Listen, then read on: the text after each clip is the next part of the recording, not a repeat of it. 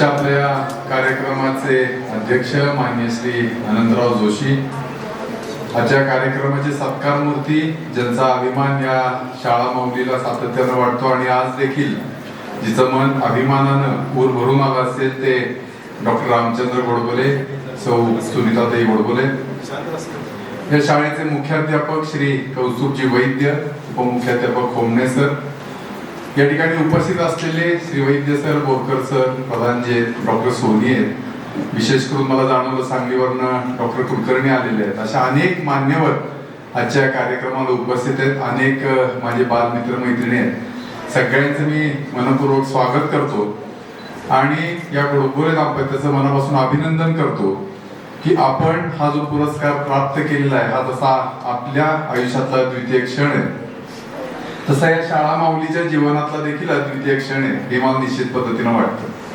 जसं डॉक्टर आता वैद्य सरांनी सांगितलं की कदाचित सातारा जिल्ह्यात असेल तर बोलता बोलता मला आठवलं की एक लक्ष्मणराव माने सोडलं तर बहुतेक साताऱ्यात पद्मश्री दिलेलं मला आठवलं नाही. मात्र मला नक्की खात्रीपूर्वक वाटतं की न्यू इंग्लिश स्कूलचे माजी विद्यार्थी म्हणून आणि दाम्पत्याला मिळालेलं हे सातारा जिल्ह्यातलं कदाचित पहिलं पद्मश्री असेल. आणि बरेचदा असं होतं की आपल्या केलेल्या कामासाठी एक पुरस्कार म्हणून पद्मश्री दिलं जातं. मात्र आता डॉक्टरांच्या मांडणीतून आपल्या सगळ्यांच्या लक्षात आलं असेल की एका अर्थाने त्या पुरस्काराची उंची वाढवण्याचा एक मोठा कार्यक्रम त्यांना हा पुरस्कार देऊन झालेला आहे. खरं तर आजपर्यंत आपण असं बघतो की ज्या ज्या वेळेला कोणी असामान्य काम करतं त्याला राष्ट्राच्या वतीनं ही पदकं दिली जातात आणि तो त्यावेळेला सर्वोच्च बहुमान असतो. मग त्या कामाची जर उंची ही त्या ताकदीची असेल तर खऱ्या अर्थानं त्या पुरस्काराला देखील एक महत्तमता प्राप्त होत असते. ज्या वेळेला अनेक अडचणीतून वाटचाल करत करत आयुष्याच्या ह्या टप्प्यावर येतं ते खऱ्या अर्थानं कृतार्थतेचे एक क्षण असतं. मात्र आता आपल्या डॉक्टरांच्या मांडणीतून असं लक्षात आलं की आज सुद्धा त्यांचा उत्साह असा आहे की जिथून पद्मश्री मिळाली तिथून मला कामाला लागलं पाहिजे अशी त्यांची आज मानसिकता आहे. म्हणजे आपल्यासारख्यांना असं वाटतं की आता आपल्याला डेस्टिनेशनला आपण पोहोचलो, आपलं जे काही स्थान जिथं आपल्याला पोहोचायचं होतं तिथपर्यंत आपण पोहोचलेलो आहे असं आम्हाला पुरस्कार मिळाला त्यावेळेला वाटलं. मात्र आता त्यांच्या मांडणीतून असं लक्षात आलं की प्रवासाची नवीन सुरुवात करायच्या स्थानापर्यंत आज पोहोचलेत, इतका उत्साहाने ते आज भरलेले आहेत. ज्या ज्या वेळेला या शाळा माऊलीचं आपण स्मरण करतो, इथं कार्यरत असतो, त्यावेळेला असं वाटतं की केवढी मोठी पुण्य या शाळेने निर्माण केलेली. खरं तर कुठल्याही शाळेचं वैभव अशा प्रकारच्या माजी विद्यार्थ्यांच्या उंचीतूनच फक्त मोजता येऊ शकतं. आणि जसं त्यांनी आता सांगितलं की पुढे बसलेल्या विद्यार्थ्यांवर त्याची अधिक जबाबदारी आहे. कदाचित अनेक मोठमोठी बक्षीस पुरस्कार ही आपल्या कर्तृत्वामुळं आपण प्राप्त करत असतो. मात्र पद्मश्री सारखी ही असे पुरस्कार आहेत की ज्याची समाज जिथं शासन नोंद घेऊन ज्या वेळेला पुरस्कार दिला जातो त्यावेळेला खऱ्या अर्थानं आपल्या कामाची आपल्याला मिळालेली ती पोचपावती असते. आपण सगळ्यांनी बघितलं असेल की ह्या शाळेतल्या आठवणी आता गोडबोले सरांनी आपल्या सगळ्यांना सांगितलेल्या आहेत. ह्या शाळेत ते वावरलेत, कधीतरी तुमच्यासारखे इथं त्यावेळेस सभागृह नसेल, वाचनालय असेल कदाचित, तर त्यावेळेच्या सगळ्या ह्या वास्तूतही त्यांचा तशाच पद्धतीचा वावर राहिलेला आहे. मग जर काही डॉक्टर रामचंद्र गोडबोले आपल्या आयुष्यात एवढं मोठं कर्तृत्व साकारू शकतात तर त्या सगळ्या क्षमता घेऊन तुम्ही सगळेजण या शाळेत प्रवेशित झालेला.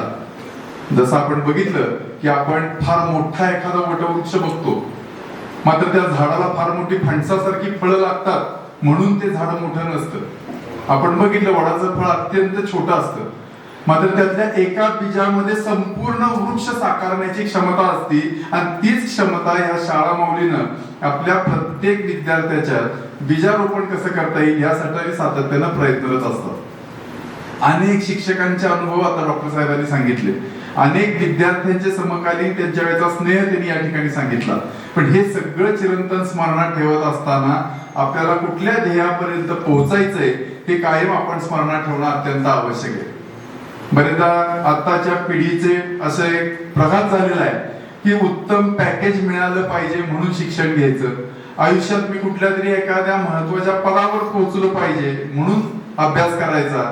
पण याच्याही पलीकडे जाऊन मला आयुष्यात यशस्वी व्हायचंय, मला आयुष्यात एखाद्या अशा स्थानावर पोहोचायचंय की ज्याचं मूल्यमापन आर्थिक निकषावर होणार नाही. आज त्यांच्या कामाचं, त्यांच्या योगदानाचं, त्यांच्या त्यागाचं मूल्यमापन आर्थिक कोणत्याही मोजपट्टीनं होऊ शकत नाही. मात्र त्यांचा कार्यक्रम, त्यांनी केलेले उपक्रम, त्यांनी दिलेलं आयुष्यातलं योगदान हे आता एक नवीन परिमाण झालंय की आपण आपलं आयुष्य ह्या मोजपट्टीवर कसं मोजू शकतो. खर तर एका साताऱ्यातल्या सामान्य कुटुंबातलं, मग आम्ही तिथे बसलो होतो, त्यांच्या कुटुंबातल्या अडचणी सांगत होते ते की घर दुरुस्तीला काढलं, त्याच दिवशी रात्री पाऊस पडला आणि घरातले सगळेजण ओलेचिंब होऊन भिजून ती रात्र त्यांना त्या घरात काढावी लागली. मला असं वाटतं की त्यावेळेच्या सगळ्या पिढ्यांनी फार मोठा आर्थिक अडचणींचा कालखंड सोसलेला आहे. त्यावेळेची परिस्थिती आता इतकी सुलभता नव्हती जी आता तुमच्या पिढीला परमेश्वर कृपेनं प्राप्त आहे. पण या सगळ्या अडचणींवर मात करत असताना सुद्धा ज्या वेळेला एखादा गरिबीत ना आला तर त्याला श्रीमंत व्हायचा ध्यास असू शकतो. त्या सगळ्या मोहावर मात करून आज ते ज्या स्थानावर पोहोचले, मला असं वाटतं की हे त्यांचं असामान्य त्यातलं कार्य आहे. कारण कोणालाही असं वाटू शकतं मी गरिबीत वाढलोय, मला श्रीमंतीत राहायचंय. मग आज सुद्धा ते ज्या पद्धतीने जगताय ते मला असं वाटतं त्यांच्या परिस्थितीत काही फरक पडलेला आहे. पण सामान्य परिस्थितीकडे न बघता मला हेही जाणवतं की त्यांच्या इतका श्रीमंत जगात कोण नाही. याचं महत्वाचं कारण आहे की ज्या लोकांसाठी ते काम करतायत त्यांनी आज त्याला देवत्वाचं स्थान दिलेलं आहे. हे सगळं जर होत असेल तर मला असं वाटतं की ह्यातले काही आशीर्वादाचे तुषार जर आपल्यावर उडले तर निश्चित पद्धतीनं आपलं देखील आयुष्याचं सार्थक होऊ शकतं. मी खरं तर शाला समिती अध्यक्ष म्हणून स्वतःचं भाग्य समजतो की आज या गोडबोले काका काकूंचा सत्कार करण्याचं आपल्याला या ठिकाणी शाला माऊलीमुळे संधी मिळाली. तुमच्या कामामुळं आमचं खऱ्या अर्थानं ऊर अभिमानानं भरून आलेला आहे आणि निश्चित पद्धतीनं आपल्या कामातून प्रेरणा घेऊन जे काही आम्ही अल्पसं योगदान या समाजासाठी करतोय त्यापेक्षा अधिक शतपटीने करण्याची प्रेरणा आपल्या माध्यमातून घेऊन भविष्यात देखील आम्ही कायम कार्यरत राहू. आपण या ठिकाणी शाला माऊलीच्या विनंतीला मान देऊन या शाळेत आलात, शाळेच्या वतीनं सत्कार स्वीकारला, त्याबद्दल आपल्याविषयी मनापासून कृतज्ञता व्यक्त करतो आणि थांबतो. धन्यवाद.